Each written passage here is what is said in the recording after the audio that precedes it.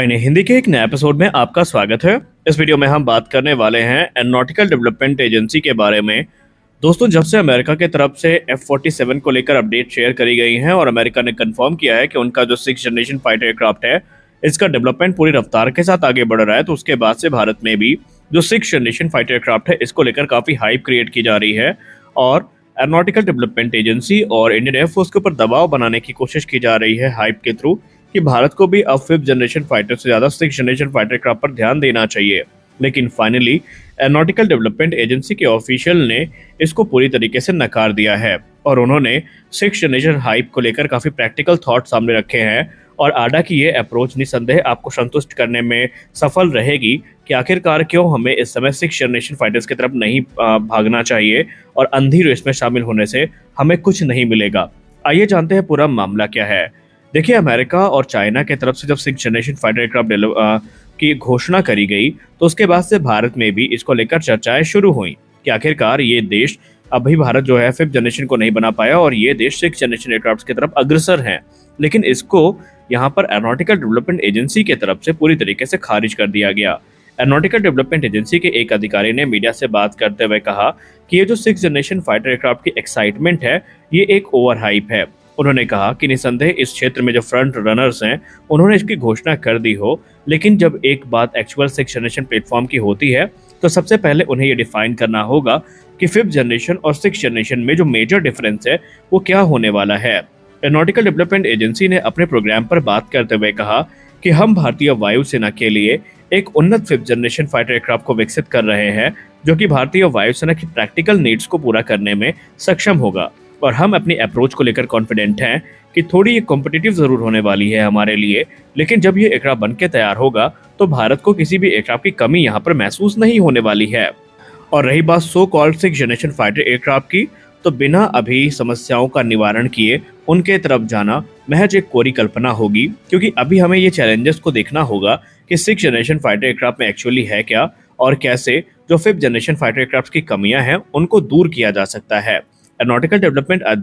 Agency के अधिकारी ने मीडिया से बात करते हुए ये भी कहा कि इसमें कोई संदेह नहीं है कि अमेरिका और चाइना जैसे देश पायनियर हैं 6th generation fighter aircraft development में, लेकिन इन्होंने जो प्रॉमिस किया है उसको प्रैक्टिकलिटी से जोड़ना उनके लिए भी इतना आसान नहीं है, क्योंकि इन्होंने हमेशा जो सुपरसोनिक स्पीड और लॉन्ग रेंज कैपेबिलिटी है इसके बारे में बात करी है, लेकिन जब भी इसके लिए वेरिएबल साइकिल इंजन की बात होती है तो इसको लेकर कोई भी पब्लिकली जो अनाउंसमेंट है वो नहीं करी गई है। उन्होंने कहा कि 6th जनरेशन फाइटर एयरक्राफ्ट का जो मेन हॉलमार्क होने वाला है वो वेरिएबल साइकिल इंजन होने वाला है, जो कि थ्रस्ट को डायनेमिकली एडजस्ट करेगा और जो ऑप्टिमल एफिशिएंसी और थ्रस्ट है वो प्रदान करेगा। सबसे खास बात तो ये है कि इसको लेकर क्लेम किया जाता है कि ये 30% तक ज़्यादा रेंज को ऑफर करेंगे और इसमें सुपीरियर थर्मल मैनेजमेंट देखने को मिलेगा। लेकिन ऑफिशियल ने यह भी पॉइंट आउट किया कि ना तो अभी तक चाइना और ना ही अमेरिका ने जो functional 6th generation variable cycle engine है इनको डेमोन्स्ट्रेट किया है। अमेरिका अभी भी अपने XA-100 इंजन को टेस्ट कर रहा है,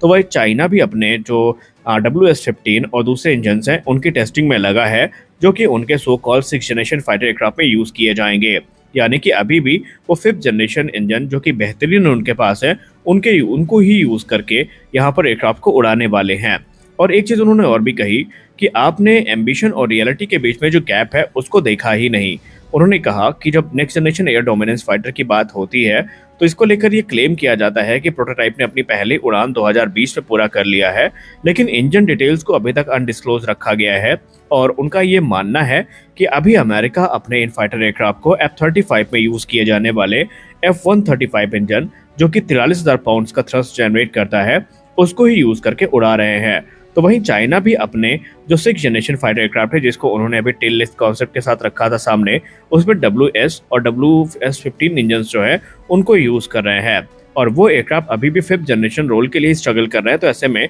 यहाँ पर डाउट क्रिएट होता है कि क्या प्रोपल्शन क्लेम जो अभी तक किए गए हैं उसको वो पूरा भी कर पा रहे हैं या नहीं। एक्सपर्ट्स का मानना है कि बिना वेरिएबल साइकिल इंजन के ये जो स्टेप्स हैं इनको हम एवोल्यूशनरी तो कह सकते हैं, लेकिन रेवोल्यूशनरी नहीं कह सकते, क्योंकि इसके लिए बहुत सारे 5th जनरेशन कैपेबिलिटी चैलेंजेस हैं जिनको सरपास करना पड़ेगा और उसके बाद ही हम ये मान पाएंगे कि एयरक्राफ्ट पूरी तरीके से ऑपरेशनल है। उन्होंने कहा कि सिर्फ अमेरिका ही नहीं बल्कि